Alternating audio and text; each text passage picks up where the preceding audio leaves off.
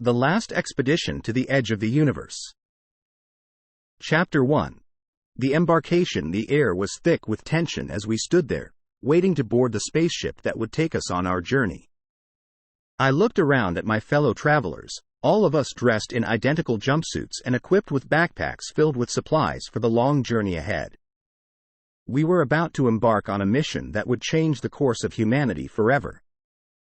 The spaceship was colossal, with a sleek silver exterior that glittered in the sunlight.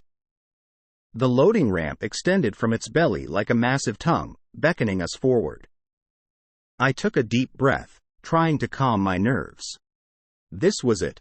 The moment I had been preparing for my entire life. The captain of the ship stood at the top of the ramp, a stern expression fixed on his face.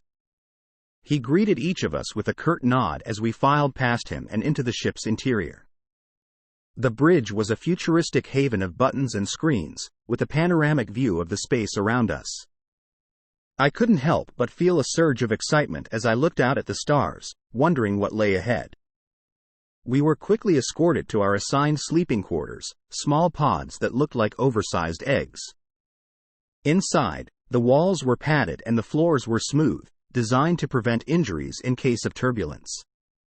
I strapped myself in, feeling more like a space-aged mummy than a human being. It was an uncomfortable feeling, but one that I knew I would have to get used to. We spent the first few days doing basic training exercises, learning how to operate the ship's equipment and how to adjust to life in zero gravity. I struggled at first, feeling like a fish out of water as I tried to orient myself in space. But soon enough, I found my rhythm, and the days began to blend together into a seamless routine of sleep, exercise, and meals in the mess hall. As we flew further and further away from Earth, I couldn't help but feel a twinge of homesickness. I missed the blue skies and green trees, the sound of birds chirping and the feeling of solid ground beneath my feet. Out here in space, everything was cold and sterile, a vast expanse of nothingness that seemed to stretch on forever. But as we approached our destination, that feeling of homesickness was replaced by something much stronger: fear. Something wasn't right. There was a tension in the air, a sense of danger that we couldn't quite put our fingers on. The spaceship's navigation system kept glitching, and strange sounds could be heard coming from the ship's supply rooms. It wasn't until we entered the planet's atmosphere that the situation hit critical mass. The ship's engines began to fail, and we plummeted towards the planet's surface at breakneck speed. I could feel my heart pounding in my chest as I braced for impact, wondering if this was the end. We crashed into the planet with a bone-jarring impact, and my world went black. Chapter 2. The encounter. As I slowly regained consciousness, I realized that I was not alone. There were others in the room with me, their voices murmuring in a language that was unfamiliar to my ears. Sitting up, I noticed that the room we were in was small and cramped, with metal walls and a single door that seemed to be locked from the outside. I scrambled to my feet, trying to shake off the grogginess that still clouded my mind. "Hello?" I called out, hoping that someone would respond. "Is anyone there?" The voices outside grew quieter, and I realized that they had heard me. A moment later, the door creaked open, revealing a group of aliens who looked even more surprised to see us than we were to see them. They were tall and thin, with large, dark eyes that seemed to glow in the dim light. Their skin was an eerie shade of green, and they were dressed in strange, form-fitting suits that made them look like creatures from a different world. For a few moments, we all stood there, staring at each other like scared animals. I could feel my heart pounding in my chest, and I wondered if they could hear it too. One of the aliens stepped forward cautiously, holding up a hand in a gesture of peace. It made some more sounds in its language, but I couldn't understand what it was saying. Suddenly, there was a loud explosion from somewhere outside the room. The aliens seemed to panic, and we backed away from them instinctively. For a few tense moments, we stood there, waiting for whatever was happening to end. When the noise finally died down, I could hear a voice calling out to us from down the hallway. It was the captain of the ship, his voice urgent and strained. "Follow me," he yelled. "We need to get out of here before they come back." We didn't waste any time. Grabbing our backpacks, we followed the captain as he led us through the maze-like corridors of the alien spaceship. We passed by rooms filled with strange, glowing equipment, and I couldn't help but wonder what it all did. As we rounded a corner, I caught a glimpse of something that froze me in my tracks. There, at the other end of the hallway, stood another group of aliens. They were armed with weapons that looked like nothing I had ever seen before, and they were staring at us with cold, calculating eyes.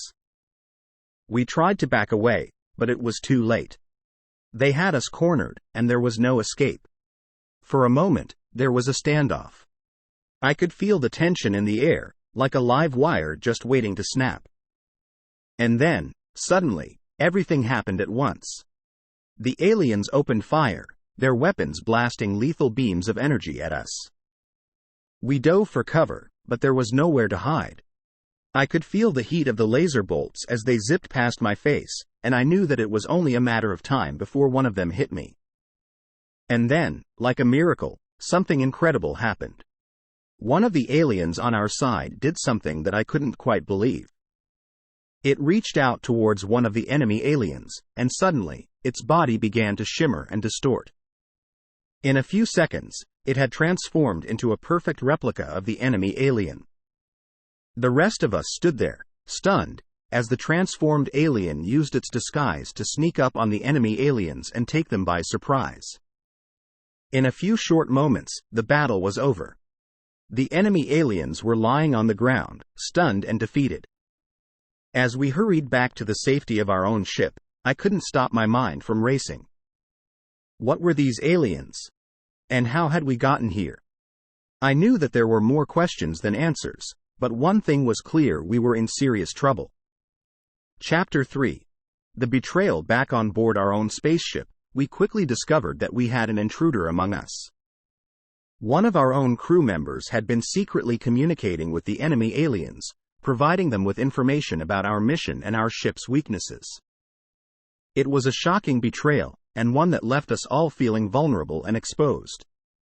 We couldn't trust anyone, not even our own teammates. The captain took charge, organizing a series of emergency drills to test our abilities and prepare us for any threats that might come our way. We spent long hours in the simulation room, running through different scenarios and strategies. But even as we worked to improve our defenses, I could feel a growing sense of desperation creeping in. We were so far from home, so isolated and alone. It felt like we were fighting a losing battle, and I wondered if we would ever return to Earth alive. Then, things took a turn for the worse. While we were in the middle of one of our drills, the ship's engines suddenly failed. We were adrift in space, with no way to steer or control our trajectory. The captain quickly assessed the situation and announced that we would have to make an emergency landing on the nearest planet. It was a risky move, but we had no other choice. We hastily prepared ourselves for the landing, strapping in and bracing for impact. The landing was rough, but thankfully we all survived. As we emerged from the wreckage of the ship, we saw an all too familiar sight: the aliens who had attacked us earlier. They had followed us to this planet, and they were still intent on capturing us. We ran for cover, trying to find a safe place to hide. As we stumbled through the dense forest, I could hear the pounding of footsteps behind us. They were getting closer, and I knew that we were running out of time. And then, out of nowhere, our betrayer revealed themselves. It was one of our closest friends, someone who we had trusted completely. But now, they were pointing a weapon at us, in league with the enemy aliens. I couldn't believe what I was seeing. It was a nightmare come to life. But even as the shock of the betrayal rippled through our group, we knew that we had to act quickly. We couldn't let them win. In a brief, brutal showdown, we managed to take down the betrayer and incapacitate the enemy aliens. But the damage had been done. We were stranded on an alien planet with no way to contact Earth, no way to ask for help. It was a hopeless situation, and we all knew it. But even as we faced down the dark unknown, something inside me refused to give up. We were survivors. We were determined to make it through this, no matter what. And somehow, despite the odds, I felt like we just might. Chapter 4. The discovery. As we searched the wreckage of our ship for any salvageable supplies, we stumbled upon something extraordinary, a strange, glowing crystal. It was unlike anything I had ever seen before, and it seemed to emanate a powerful, otherworldly energy. We examined it closely, trying to understand its properties. It seemed to possess the ability to generate immense amounts of power, far beyond anything that we could create with our own technology. And then, something incredible happened. The crystal began to glow even brighter, and before we knew it, we were all enveloped in a bright white light. When the light faded, we found ourselves in a completely different location, a vast underground cavern, filled with ancient technology and mysterious artifacts. We explored the cavern, awe-struck by the wonders that we found inside. It was clear that this place had been abandoned for millennia, but there were signs that someone or something had been there recently. There were strange markings on the walls, written in a language that was completely foreign to us. We took photographs and samples of the markings, hoping to decipher their meaning. And then, we found the chamber. It was a large circular room, with a domed ceiling that seemed to be made of some sort of glassy material. In the center of the room, there was a pedestal, on which rested a small, glowing orb. As soon as we approached the orb, we could feel a powerful force emanating from it. It was like nothing I had ever experienced before.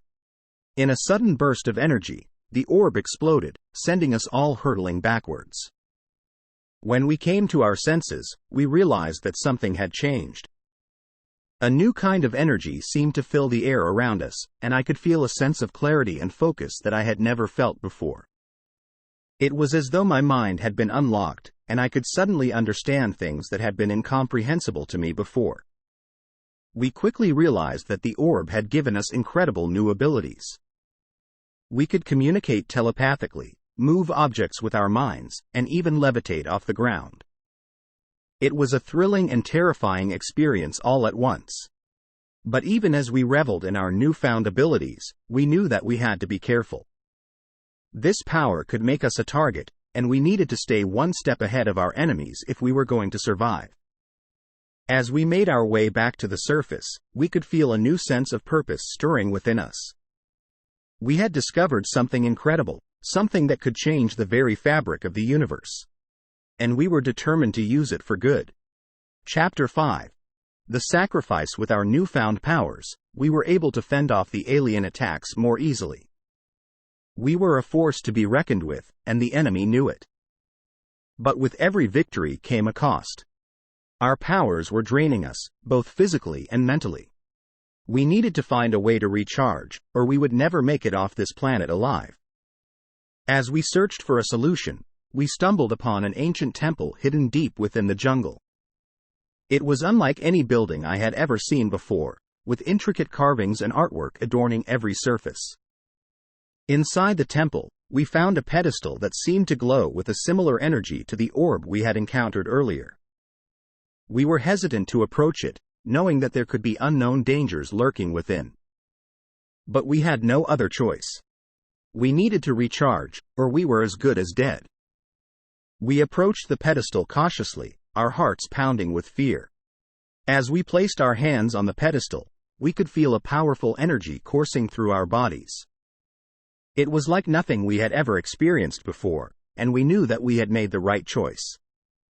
We spent hours in the temple, recharging our powers and regaining our strength. But even as we basked in the warm glow of the energy, we knew that our respite would be brief. We had to keep moving, keep fighting. And then, the next wave of enemies arrived. They were better armed, and more determined than ever before. We fought them off as best we could, but it was clear that we were overmatched. We were backed into a corner, with no escape. And then, with a sudden, blinding flash of light, one of our group sacrificed themselves. I will never forget that moment as long as I live. They stepped forward, their body glowing with an incredible energy. And then, with their last breath, they unleashed a massive burst of power that obliterated the enemy forces. When the dust finally settled, we were all in shock. One of our own had given their life to save the rest of us. It was a heartbreaking moment, but it was also a reminder of what we were fighting for. We were fighting for each other, for our survival, and for a chance to make a difference in the universe. We would honor our fallen comrade and continue the fight. And as we marched forward towards our next challenge, I knew that we would carry them with us always, their memory a beacon of hope and inspiration in the darkest of times. Chapter 6. The revelation. In the aftermath of the sacrifice, we were all struggling to come to terms with what had happened. As we continued our journey through the perilous jungle, a sense of sadness and loss hung over us. But even as we mourned our fallen comrade, something strange began to happen. I started to have vivid dreams of an alien civilization far beyond anything we had ever encountered before. The dreams were surreal and disjointed, but as I pieced them together, I began to see a pattern emerging. There was a message in these dreams, a message that was urging us forward towards a greater purpose. We shared our dreams with each other, and we realized that we were all experiencing something similar. We were being called to action, but we didn't know why or how. And then, we stumbled upon the lost city. It was like something out of a fairy tale, with towering spires and intricate architecture. It felt ancient and powerful, like it had been there since the dawn of time. We explored the city, marveling at the strange and wondrous technology we found within. It was clear that this place had once been inhabited by a highly advanced civilization, but they had long since disappeared. As we searched the city, we came across a room filled with strange crystal artifacts. There were dozens of them, all glowing with an eerie blue light. And then, something incredible happened. The crystals began to resonate with a strange frequency, and we could hear a voice speaking to us, clear as day. It was a message from the aliens who had left this city behind. They were communicating with us, urging us to use their technology to save the universe from a great threat. At first, we were skeptical that this was real. It felt too fantastical, too incredible to believe. But as we listened to the message, we knew that it was true. We had been called to rise up and defend the universe from a dark force that threatened to consume us all.